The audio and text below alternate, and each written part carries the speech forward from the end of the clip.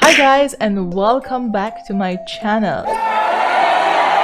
So when I was in Toronto for Grand Chess Tour, I challenged the world champion in Fischer Random Chess, Grandmaster Hikaru Nakamura, and today I'm gonna show you guys this game, and at the end of the video I'm gonna analyze this game for you guys. So keep on watching. I hope you enjoyed this video.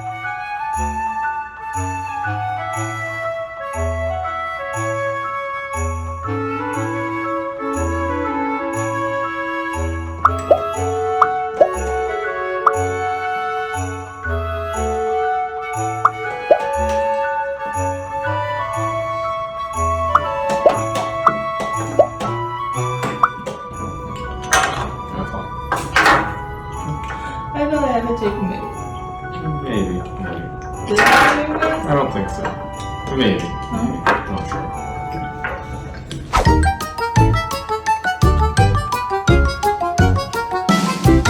So as you saw in the video, I was playing as black, so I'm gonna flip the board. You guys are playing as me. So he started with c4, and for those of you who don't know what Fischer system is, or Fischer Random Chess is where basically you have your pieces on the back row randomly placed. And here we came up with the setup. So Hikaru started with c4, I played knight c6, he played g4 to open up the bishop. You guys also see this evaluation bar on the left side. So you see basically who has the advantage, but so far it is equal. So I played b6, he played bishop g2, I played bishop b7, he played d4, and here I castled. He played d5, I played knight e5, he played h3 to protect the pawn, I played e6 to open up the bishop and also the queen, he played b3, I played knight g6, queen d2, I played f5, which was a good move actually, computer likes this move. He took the pawn, I took the pawn, and now my queen has more space, so he pushed the pawn to f4, and here I played knight f7, which was not a good move, but here black has a beautiful move. Black can move the knight to c6, and even though the pawn is attacking this knight, but if white takes this knight, black can take. And look at this beautiful pin, guys. The queen gets pinned, and here black is a little bit better. Actually more than a little bit. Black is better by 2 points according to computer, and black should be winning. But okay, I didn't see this move because it was a blitz game. And I moved my knight to f7. He played e3. I played bishop c5, attacking the pawn on e3. He played bishop d4. I played knight e6. Knight e6 was not a great move. I should have taken the bishop, obviously, because after this move, white can exchanges the bishops, and then I will get a bad pawn structure. Anyway, he played knight g3 though. I played knight h4, and then he took on c5. And now my pawn structure is not that great on the queen side. So he played knight c3, I took the bishop, rook takes g2, g5. So far you see that the computer shows zeros, so I could, you know, manage to play 18 moves with equality against the world champion. So that is not a bad news. Anyway, so after g5, he castled. I took the pawn, he took back, I played knight e4. Okay, knight e4 was not a great move because he can take the knight, and then he can take the rook, and then my queen is no longer protecting the pawn. I have to take the rook, and he takes. So basically here my queen is kind of overloaded. The queen is protecting both pieces, and Hikaru found the best move. Not surprising. Rook takes g8, queen takes g8, knight takes e4, and he's up a pawn at this point. But okay, he was short in time because we played a game where I had 5 minutes and he had just 2 minutes. So I had more time at this point. I pushed the pawn to d6 to protect my pawn. He played knight g5, I played queen g6, knight e6, rook e8. He played f5, which was a nice move because if I take the pawn, then he can get a fork.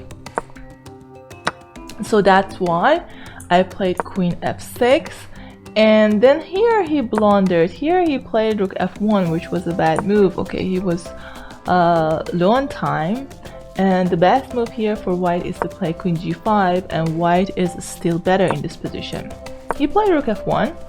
I played queen a1 check, king c2, and here I played very fast, as you saw in the video. I took the pawn immediately, but actually I could just take the rook for free, but I didn't see it, to be honest, and I wanted to checkmate this king, and then I took the pawn, which was not a good move. So he played king c3, I checked on a5, he played king d3, I played queen a3 to attack the pawn, queen c3, queen a2, I needed to activate my queen and get back to the king side or to some squares so I can check the king, you know. So he pushed the pawn to f6, I played queen g2, attacking the rook. He found the only move here for white to keep his advantage by moving the queen to e1, and then here I took the pawn. He didn't take the bishop, which actually was the right move. He pushed the pawn, which makes sense, but the best move here was to take and then play king c3, because now if I take the knight on e6, he can push the pawn, and if I take here, he can promote with check, and then he can take my rook. But okay, this is a difficult variation, so it's not easy to calculate all of these moves in time trouble. So that's why he pushed the pawn to f7, but this was not a great move. I took the knight on e6, which was not a good move either. The best move here is to play bishop e4. And the reason is, if the queen takes, then I can take the rook with check. And if the king moves, for example, to c3, then I do have this beautiful checkmate on c2. And if the king goes to e3, then I can take here, and white gets the queen, but after king b7, here black is actually better. Yes, you heard me right.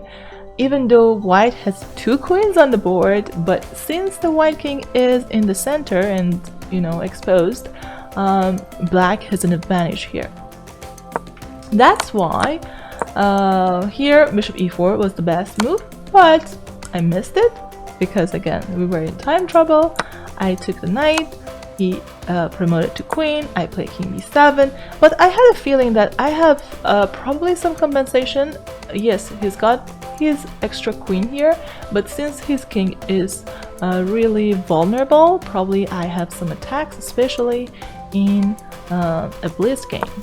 So he played queen f2, I checked here, he played king c3, check, king c2, check, king c1, check, king d2, check, king d1, check again, and then I tried to get closer to the king and I played here. Okay, the best move here was queen c3, but I didn't see it. I played here, he played king f4, queen e4, king g5, and I think you saw that at this moment Hikaru said something, and I think he meant that, you know, you have to make a move, because I was also about to flag and I was running out of time, so he wanted me also to play faster.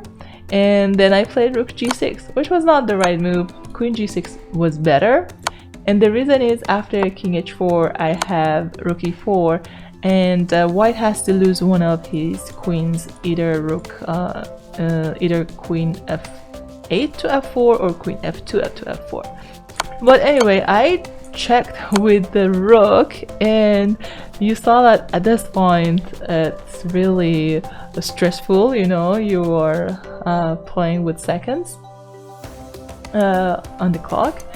And he played this move, I played queen e5 check, he played here, I checked here, and he played rook f3, I took, and at this moment white lost on time, but this was a fun game.